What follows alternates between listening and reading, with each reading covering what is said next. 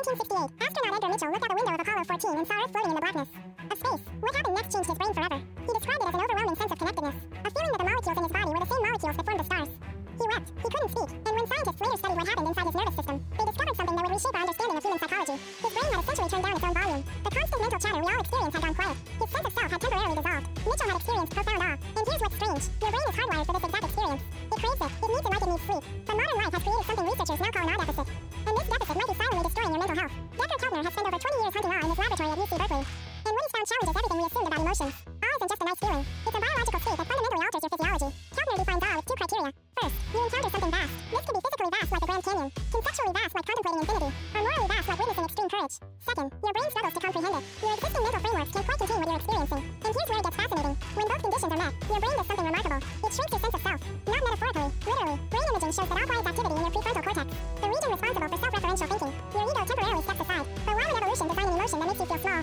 The answer reveals something profound about what humans actually are. There's a network in your brain that never shuts up. Scientists call it the default mode network. It activates whenever you're not focused on a specific task. And what does it do? It generates your autobiography. It rehashes the past. It worries about the future. It compares you to others. It judges. It plans. It obsesses. For most people, the default mode network dominates their waking consciousness. That inner voice narrating your life, that's the default mode network. The anxiety spiral at 3 in the morning, default mode network. The relentless self-criticism, same culprit. Now here's what Keltner's research revealed. All experiences directly suppress default mode network activity. The mental chatter quiets. The self-focused rumination pauses. And something else emerges in its place. A sense of connection to something larger. Researchers call this self-transcendence. And it might be the most underrated mental health intervention that exists.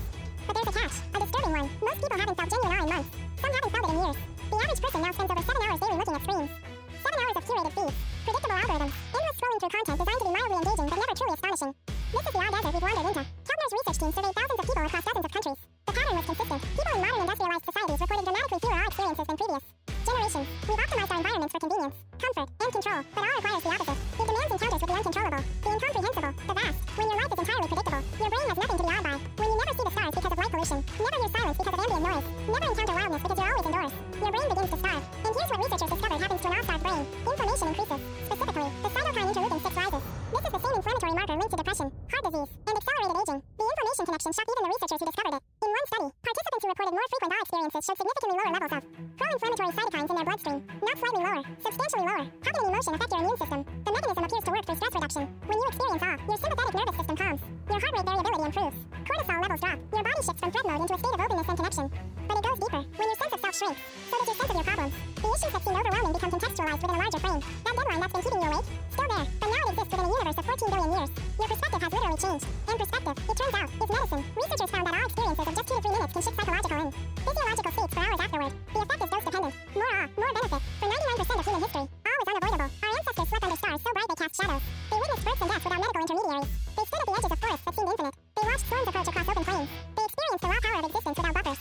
Keltner argues that awe served a crucial evolutionary function. It bound communities together. When a group experiences awe collectively, their sense of individual separateness dissolves. They feel themselves as part of something larger. This creates cooperation, trust, willingness to sacrifice for the group. Religions understood this intuitively. Every major spiritual tradition incorporates awe-inducing elements. Vast architecture, transcendent music, rituals that point toward the infinite. These weren't accidents. They were technologies for generating the precise brain state that bonds humans together.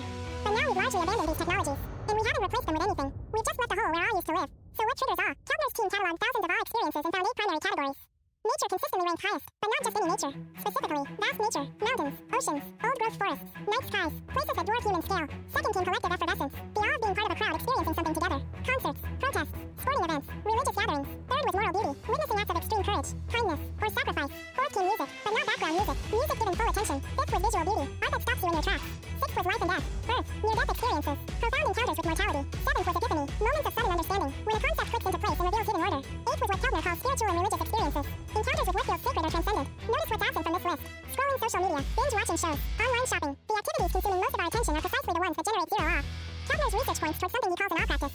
Deliberately seeking awe experiences the way you might exercise or meditate. The prescription is surprisingly simple. Take what he calls an awe walk. Go somewhere with some natural vastness. It doesn't have to be the Grand Canyon. A large tree, a wide sky, a body of water. Then pay attention. Really pay attention. Notice what you can't control. Notice what you can't fully comprehend. The complexity of a single leaf. The depth of a cloud. The impossible engineering of a bird's wing. The practice takes 15 minutes.